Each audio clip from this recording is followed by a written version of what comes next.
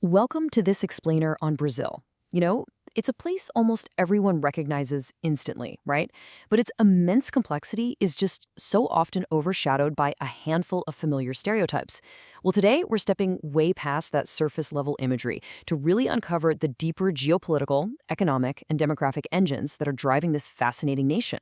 We're going to map out the sheer scale and the vibrant multidimensional identity of a true global heavyweight. It's an exploration into how geography basically dictates destiny and how a nation of this magnitude balances its incredibly rich natural heritage with some seriously rapid modernization. Let's get into it. Okay, let's dive right into this. When you picture the largest country in South America, it is absolutely crucial to understand just how dominant this single nation is within its own neighborhood. Brazil doesn't just occupy space on the continent. It literally anchors it. Get this. It shares a border with every single South American country except for two. Just Ecuador and Chile. That is a massive geopolitical reality. Its borders touch the deep Amazonian interior, the sprawling savannas, and stretch all the way down to the southern temperate zones. And this level of geographic integration, it means that Brazil's internal policies, its economy, and its infrastructure directly impact almost an entire continent. Moving right along to Section 1, the giant of South America, looking at its scale and population. To really wrap our heads around the reality of Brazil, we kind of have to talk about the number 5.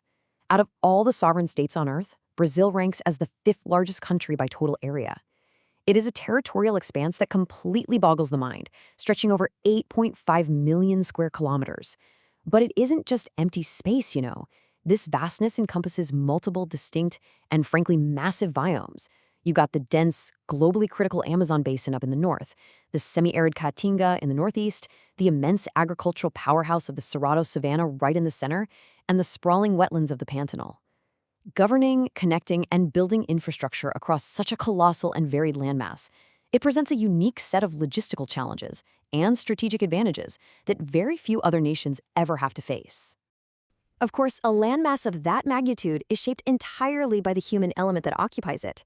And here, we're looking at a population of roughly 212 million people.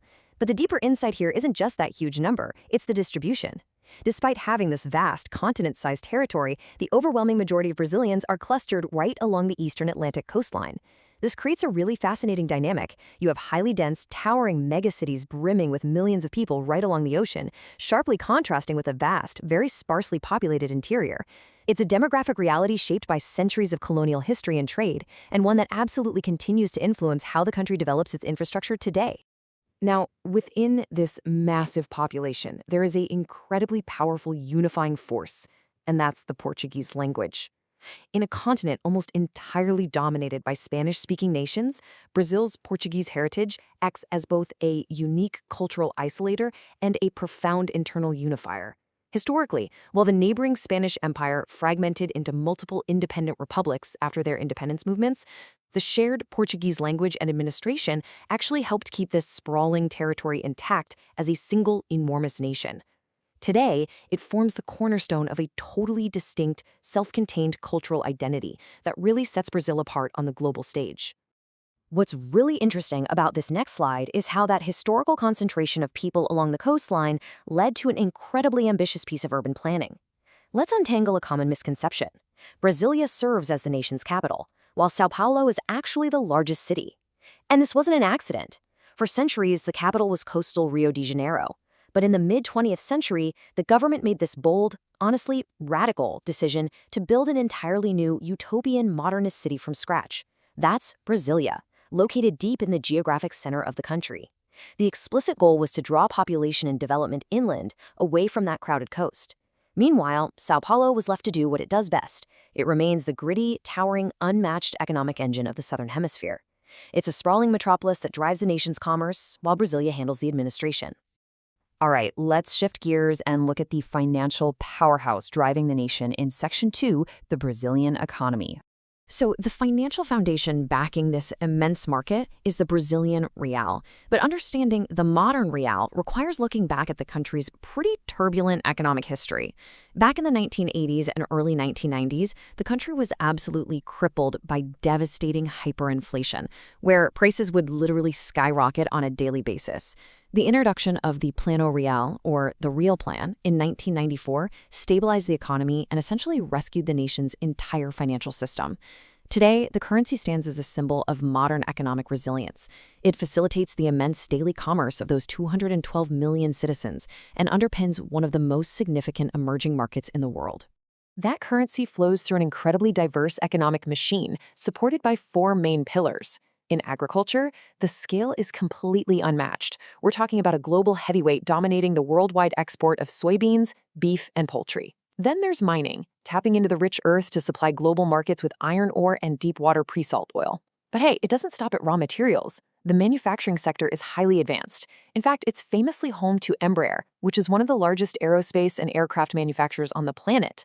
Finally, the services sector ties the whole shebang together, featuring a rapidly booming tech and financial hub centered largely down in Sao Paulo. It's just a deeply interconnected system that leverages vast natural resources alongside heavy industrial capabilities. Now, bringing us to our final segment, Section 3, Culture and Natural Wonders. When we step back from the spreadsheets and the demographics for a second, we encounter the fascinating concept of soft power. Like, how does a country project its identity to the rest of the world? Well, for a nation of this size, global perception is often shaped by a really powerful blend of iconic landmarks, profound ecological significance, and unparalleled cultural vitality. It is an identity completely built on deep contrasts. And this brilliantly illustrates just how incredible that variety really is. These are the touchstones defining that global identity. You have the serene, monumental presence of Christ the Redeemer overlooking the coast, right? And the quiet, ancient immensity of the Amazon rainforest, literally the lungs of the earth. But contrasted against that natural stillness is this famous, almost electric, kinetic energy. The unrivaled rhythm and explosion of color during Carnival, and a legendary, deeply passionate football heritage that has totally influenced how the sport is played worldwide. Plus, woven into the daily routine of people everywhere is their agriculture. Think about this. Roughly a third of all the coffee consumed globally originates from these specific soils. It is a cultural footprint that seamlessly blends environmental significance with high-energy human expression.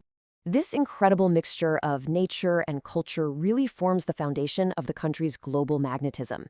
If you're looking at destinations like the iconic shores of Rio de Janeiro, the thunderous mist-shrouded expanse of Iguazu Falls, and the deep, unparalleled biodiversity of the Amazon, these are way more than just quick tourist spots on an itinerary.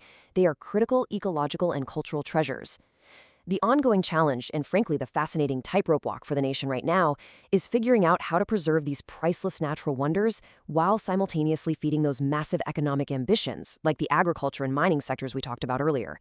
That balancing act is really the defining challenge of the modern era for the giant of South America. You know, there is a famous, historically somewhat cynical saying, Brazil is the country of the future and always will be. But when you really look at the immense scale of its landmass, the sheer power of its diversified economy, and the truly global reach of its culture, you have to wonder. With its unparalleled resources and dynamic demographic energy, is it still just the country of the future, or has its definitive moment on the global stage finally arrived? It's a complex, evolving story that goes way, way beyond the postcards. Thank you so much for joining me for this explainer. Keep learning, keep asking those big questions, and I'll catch you next time.